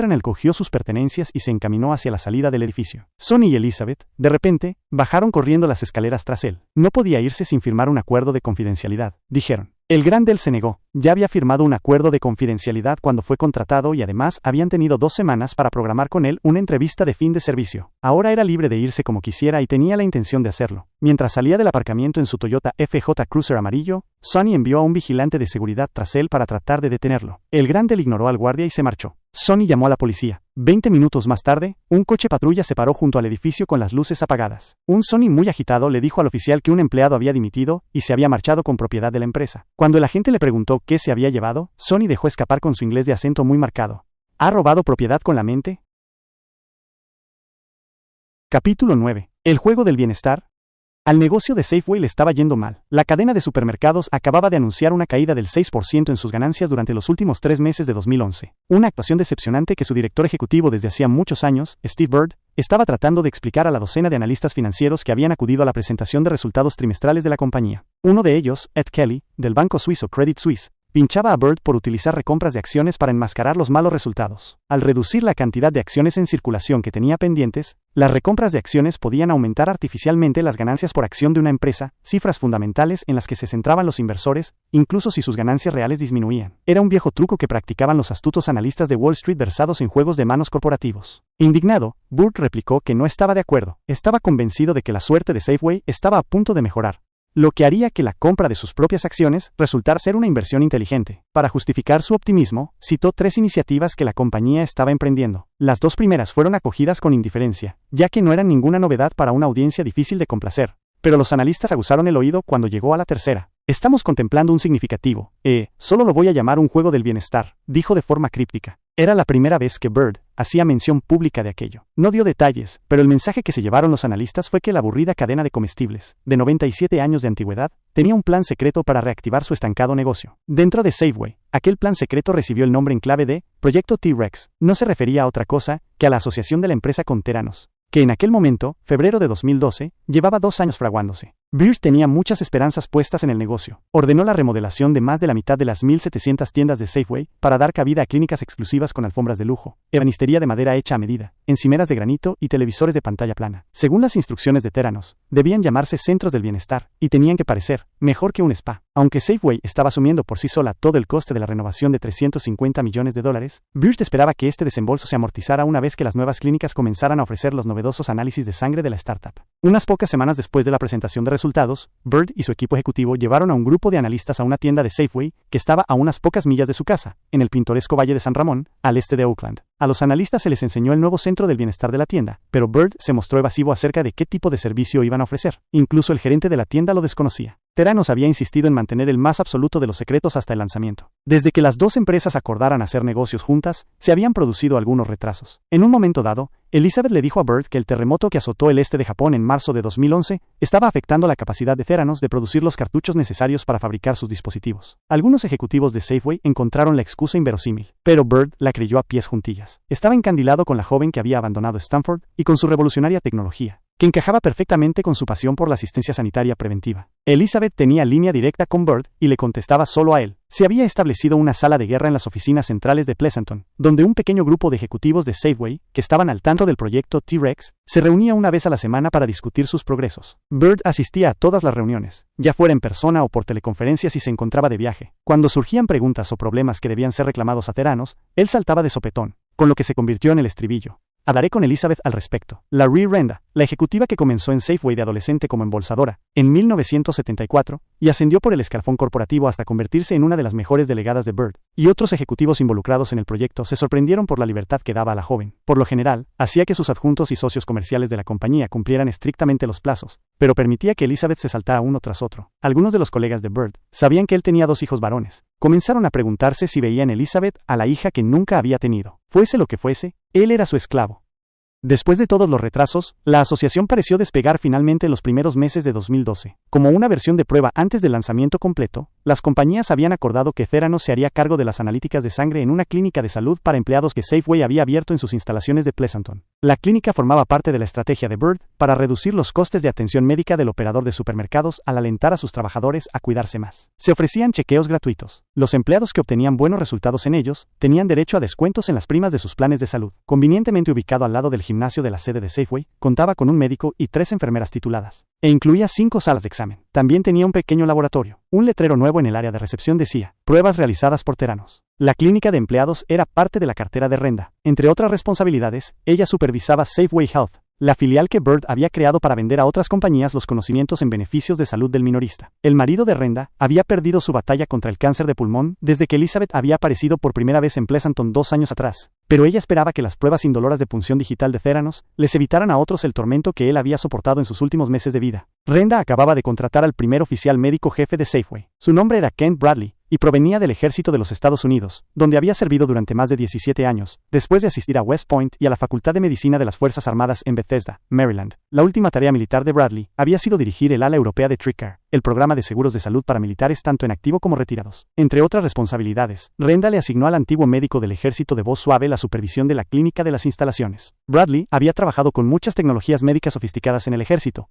por lo que tenía curiosidad por ver en acción el sistema de Theranos. Sin embargo, se sorprendió al saber que Theranos no pensaba poner ninguno de sus dispositivos en la clínica de Pleasanton. En vez de eso, había colocado allí a 2 flebotomistas para que extrajeran sangre, y las muestras que recogían eran enviadas a través de la bahía de San Francisco a Palo Alto para ser analizadas. También notó que los flebotomistas extraían sangre de cada empleado 2 veces, una con una lanceta aplicada al dedo índice y una segunda vez al antiguo Sansa, con una aguja hipodérmica insertada en el brazo. Se preguntaba por qué había necesidad de punciones venosas, término médico para la extracción con agujas, si la tecnología de punción digital de Theranos estaba completamente desarrollada y lista para ser lanzada al mercado. Las sospechas de Bradley se incrementaron aún más por la cantidad de tiempo que llevaba a obtener los resultados. Él entendía que las pruebas eran casi instantáneas, pero algunos empleados de Safeway tenían que esperar hasta 2 semanas para recibir sus resultados, y no todas las pruebas eran realizadas por el propio Theranos. A pesar de que la startup nunca había dicho nada sobre la externalización de algunas de las pruebas, Bradley descubrió que estaba enviando algunas a un gran laboratorio de referencia en Salt Lake City llamado ARUP. Sin embargo, lo que realmente activó las alarmas de Bradley fue que algunos empleados sanos comenzaron a acudir a él con angustia por los anormales resultados que habían dado las pruebas. Como medida de precaución, Bradley los mandó volver a hacerse la prueba en un local de Quest o de LabCorp. Una vez tras otra, los resultados eran normales, lo que sugería que los resultados de Theranos eran incorrectos. Entonces, un día, un ejecutivo senior de Safeway recibió su resultado de PSA, por sus siglas en inglés. La sigla significa antígeno prostático específico, que es una proteína producida por las células en la glándula prostática. Cuanto más alta es la concentración de la proteína en sangre en un hombre, más probable es que tenga cáncer de próstata. El resultado del ejecutivo senior de Safeway era muy elevado, lo que indicaba que, casi con seguridad, sufría cáncer de próstata. Pero Bradley se mostró escéptico al respecto. Como había hecho con otros empleados, mandó a su preocupado colega a que volviera a hacerse las pruebas en otro laboratorio y, he aquí, el resultado también salió normal. Bradley preparó un análisis detallado de las discrepancias. Algunas de las diferencias entre los valores de Theranos y los de los otros laboratorios eran inquietantemente grandes. Cuando los valores de Theranos coincidían con los de los otros laboratorios, solía ser con los de las pruebas realizadas por ARUP. Bradley compartió sus inquietudes con Renda y con Brad Wolfson, presidente de Safeway Health. Con su confianza ya debilitada por los retrasos de los últimos 2 años, Renda le animó a transmitir sus dudas a Bird, cosa que hizo Bradley. Pero Bird no le hizo caso, y le aseguró al antiguo médico militar que la tecnología de Theranos había sido analizada y era fiable. Las muestras de sangre extraídas a los empleados de Safeway en Pleasanton se enviaban a un edificio de una sola planta con una fachada de piedra, situado en East Meadow Circle en Palo Alto. Theranos había instalado allí temporalmente su incipiente laboratorio en la primavera de 2012, mientras trasladaba el resto de sus crecientes operaciones desde Hillview Avenue a un cercano edificio más grande que anteriormente ocupó Facebook. Unos meses antes, el laboratorio había obtenido un certificado que acreditaba que cumplía con CLIA, la ley federal que regulaba los laboratorios clínicos, pero esos certificados no eran difíciles de obtener. Aunque el encargado final de hacer cumplir con CLIA eran los centros de servicios de Medicare y Medicaid, la agencia federal delegaba la mayoría de las inspecciones de laboratorio de rutina en los estados. En California, estaban gestionados por la División de Servicios de Campo de Laboratorio del Departamento de Salud del estado, que según una auditoría, no contaba con fondos suficientes y tenía dificultades para cumplir con sus responsabilidades de supervisión. Si a Steve Bird se le hubiera permitido entrar en el laboratorio de East Meadow Circle, una red de habitaciones ubicadas en el centro de un edificio de baja altura, se habría dado cuenta de que no contenía ni un solo dispositivo patentado por Theranos. Eso se debía a que el Minilab todavía estaba en vías de desarrollo, y no estaba ni siquiera cerca de estar listo para ser probado en pacientes. Lo que el laboratorio contenía no era más que una docena de analizadores de sangre y fluidos corporales que había en el mercado, fabricados por compañías como Abbott Laboratories, con sede en Chicago, Siemens, de Alemania, y DiaSorin, de Italia. El laboratorio estaba dirigido por un patólogo torpe llamado Arnold Helb, que se hacía llamar Arne, pronunciado Arnie, y contaba con un grupo de científicos de laboratorio clínico, o CLS por sus siglas en inglés, técnicos de laboratorio que están certificados por el Estado para el manejo de muestras humanas. A pesar de que solo utilizaban instrumentos comerciales en aquel momento, todavía había muchas cosas que podían salir mal y salían. El principal problema era la escasez de personal experimentado que había en el laboratorio. Uno de los CLS, un tipo llamado Khosal Lim, era tan descuidado y estaba tan mal cualificado que una de sus homólogas, Diana Dupuy, estaba convencida de que estaba poniendo en peligro la precisión de los resultados de las pruebas. Dupuy era de Houston, y se había formado en el MD Anderson, centro oncológico de renombre mundial de esa ciudad. Ella había pasado la mayor parte de sus 7 años desde que se convirtió en CLS como especialista en transfusiones de sangre, lo que le había dado una amplia exposición a las regulaciones de CLIA. Actuaba estrictamente según las normas, y no dudaba en denunciar infracciones cuando las veía. Para Dupuy, los errores de Lim eran inexcusables. Estos incluían ignorar las instrucciones de los fabricantes sobre cómo manejar los reactivos, poner los reactivos caducados en el mismo refrigerador que los que estaban vigentes, llevar a cabo pruebas de pacientes en equipos de laboratorio que no habían sido calibrados, realizar incorrectamente test de control de calidad en un analizador, realizar tareas para las que no había sido preparado, y contaminar una botella de tinción de Wright, una mezcla de tintes utilizados para diferenciar los Dupuy, que tenía un carácter pasional, se enfrentó a Lim en varias ocasiones y, en un momento dado, le dijo que llegaría a ser inspectora de laboratorio para erradicar a los malos técnicos de laboratorio como él. Cuando éste se mostró incapaz de estar a la altura, ella comenzó a documentar sus malas prácticas en frecuentes correos electrónicos que enviaba a Gelb y a Sunny, a menudo adjuntando fotos para demostrar que estaba en lo cierto. A Dupuy también le preocupaban las aptitudes de los 2 flebotomistas que Theranos había colocado en Pleasanton. En general, la sangre se hace girar en una centrifugadora antes de analizarla para separar el plasma de las células sanguíneas del paciente. Los flebotomistas no habían sido adiestrados para usar la centrifugadora que se les había proporcionado, y no sabían cuánto tiempo ni a qué velocidad centrifugar la sangre de los pacientes. Cuando llegaban a Palo Alto, las muestras de plasma a menudo estaban contaminadas con partículas. También descubrió que muchos de los tubos de extracción de sangre que Theranos utilizaba estaban caducados, lo que hacía que el anticoagulante que había en ellos fuese ineficaz y comprometiera la integridad de los especímenes. Poco después de presentar una de sus quejas, Dupuy fue enviada a Delaware para formarse en un nuevo analizador de Siemens que Theranos había comprado. Cuando regresó de su viaje, una semana más tarde, notó que el laboratorio estaba impecable. Sunny, que parecía haber estado esperándola, la convocó a una sala de reuniones. En un tono intimidante, le informó de que, en su ausencia, había realizado un recorrido por el laboratorio y no había encontrado justificada ninguna de sus quejas. Luego mencionó el hecho de que ella había permitido que su novio entrara en el edificio para ayudarla a llevar su equipaje el día que había volado a Delaware. Eso constituía una violación grave de la política de seguridad de la empresa, y había decidido despedirla por ello, dijo. Tras meditarlo un momento, Sunny llamó a Helb y le preguntó si valoraba a Dupuy como miembro del laboratorio y quería mantenerla en el puesto. Helb dijo que sí, y, en aquel momento, Sunny dio marcha atrás a regañadientes. Dupuy seguía conservando su empleo a pesar de todo. Conmocionada, volvió a su mesa. Lo siguiente que supo fue que un empleado del departamento de informática le dio un golpecito en el hombro y le pidió que saliera al pasillo con él. Estaba tratando de restablecer la conexión del teléfono móvil de empresa y necesitaba que le diera información. Antes de cambiar de opinión, Sunny había pedido que se lo desconectaran, junto con el correo electrónico y su acceso a la red corporativa. Una persona tan franca como Dupuy estaba destinada a no durar mucho en Theranos. 3 semanas después, un viernes por la mañana, Sunny regresó al edificio de East Meadow Circle y la despidió nuevamente, esta vez para siempre. Inmediatamente, fue escoltada fuera del edificio sin tener oportunidad de recoger sus efectos personales. El motivo de su despido era que había llamado la atención sobre el hecho de que uno de los principales proveedores del laboratorio había puesto sus pedidos en espera por impago de facturas. Molesta por la forma en que había sido tratada, Dupuy le envió un correo electrónico a Sonny aquel fin de semana, insistiendo en que se le permitiera recuperar sus pertenencias que, además de los libros de laboratorio, incluían una bolsa de maquillaje con sus gafas de ver y su licencia de CLS de California. El correo electrónico, en el que puso en copia a Elizabeth, ofrecía una crítica mordaz del estilo de gestión de Sonny y del estado en el que se encontraba el laboratorio. Más de 5 personas me advirtieron de que eras imprevisible, y de que todo depende de tu estado de ánimo en cuanto a cómo provocarás que explotes. También me dijeron que cada vez que alguien trata contigo, esa persona nunca acaba bien. El laboratorio CLIA tiene problemas, Psicosal dirige el cotarro y no hay quien le vigile a él ni a Arne. Tienes un director de laboratorio mediocre que por algún motivo se fía de un CLS que no da la talla. Garantizo plenamente que un día Cosal sin duda cometerá un grave error en el laboratorio que afectará negativamente a los resultados del paciente. De hecho, creo que ya lo ha hecho por diferentes motivos, pero ha culpado a los reactivos. Tal como tú dijiste, todo lo que toca es un desastre. Yo solo espero de alguna manera hacerte saber que has creado un ambiente de trabajo en el que la gente te oculta las cosas por temor. No puedes dirigir una empresa por medio del miedo y la intimidación, solo funcionará durante un tiempo antes de que se hunda.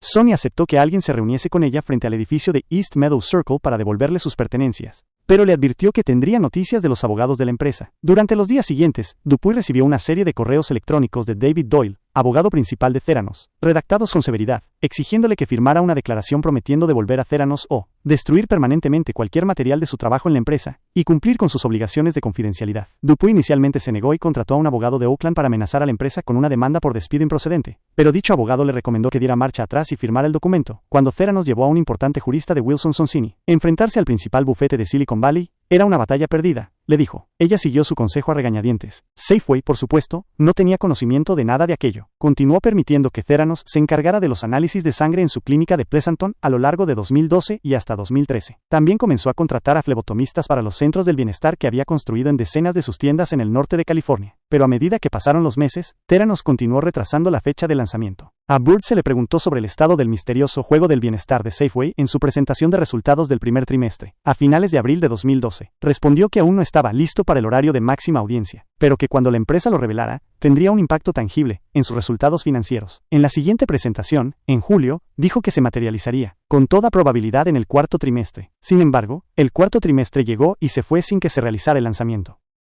Para aquel entonces, algunos ejecutivos de Safeway se estaban enfadando. Se les estaban negando sus dividendos porque la empresa no alcanzaba sus objetivos financieros, que habían tenido en cuenta los ingresos y beneficios adicionales previstos de la asociación con Theranos. A Matt O'Rell, un ejecutivo del departamento de finanzas de Safeway, se le había encomendado la tarea de generar proyecciones de ingresos para los centros del bienestar. A partir del supuesto agresivo de que cada uno de ellos atrajera una media de 50 pacientes por día, había pronosticado $250 millones en ingresos adicionales por año. Esos ingresos no solo no se habían materializado, sino que Safeway había gastado $100 millones más simplemente en construir los centros. Mientras permanecían inactivos, los centros del bienestar ocupaban propiedades inmobiliarias valiosas dentro de las tiendas que podrían haber sido asignadas a otros usos más rentables. Hartos de esperar, Renda y Bradley reunieron varias ideas sobre cómo se podría utilizar el espacio. Una de ellas era dotar a los centros de nutricionistas que ofrecieran asesoramiento dietético. Otra era convertirlos en clínicas médicas de pleno derecho dirigidas por enfermeras autorizadas para expender recetas médicas. Otra más era ofrecer servicios de telemedicina. Presionaron a Bird para que les permitiera implementar dichos planes, pero, después de discutir el tema con Elizabeth, él los rechazó. La joven no quería ceder el espacio, les dijo. Entre bastidores, la junta directiva de Safeway estaba perdiendo la paciencia. Después de 20 años en el puesto, estaba claro que Bird ya no gozaba de la confianza de Wall Street. Su primera década como director ejecutivo fue un gran éxito y logró un fuerte aumento en el precio de las acciones de Safeway. Pero en los últimos años su pasión por la salud y el bienestar le habían hecho perder de vista lo que quedaba en el corazón de la empresa, el poco atractivo negocio de vender comestibles. La gran inversión realizada en los centros del bienestar y las interminables demoras en ponerlo en marcha fueron la gota que colmó el vaso. Poco después de que el mercado de valores cerrara el día 2 de enero de 2013, Safeway emitió un comunicado de prensa anunciando que Bird se retiraría el mes de mayo siguiente, después de la reunión anual de accionistas de la compañía. La noticia se presentó como si se tratara de una decisión voluntaria, pero Renda y otros ejecutivos sospechaban que la junta le había pedido que renunciara. Incluso a su salida, Bird se mantuvo optimista sobre las perspectivas de la asociación aún secreta con Theranos. Entre una lista de sus logros como director ejecutivo, el comunicado de prensa citaba unas declaraciones suyas, según las cuales Safeway pronto lanzaría una iniciativa de bienestar que tiene el potencial de transformar a la compañía. Tras la partida de Bird, se perdió el canal de comunicación con Elizabeth. Cualquier persona de Safeway que quisiera hablar con Theranos tenía que pasar por Sonny o por el Frat Pack. Cada vez que los ejecutivos de Safeway solicitaban las actualizaciones del estado del producto, Sonny les daba largas como si su tiempo fuera demasiado valioso para desperdiciarlo, y no tuvieran idea de lo que se necesitaba para producir una innovación de aquella magnitud. Su arrogancia era exasperante, y sin embargo Safeway todavía dudaba si salirse de la asociación. ¿Qué pasaría si la tecnología de Theranos resultaba ser algo revolucionario? La compañía podría pasarse la siguiente década lamentando haberlo dejado pasar. Ese miedo a dejarlo pasar constituyó un poderoso elemento disuasorio. En cuanto a Burt, estaba claro que no estaba preparado para retirarse. Apenas 3 meses después de abandonar la cadena de supermercados, fundó una consultoría para asesorar a empresas sobre cómo reducir sus costes en atención sanitaria. Él la llamó Bird Health. En su nuevo papel como miembro fundador de una startup de salud, intentó volver a ponerse en contacto con Elizabeth, pero ella ya no le devolvía las llamadas.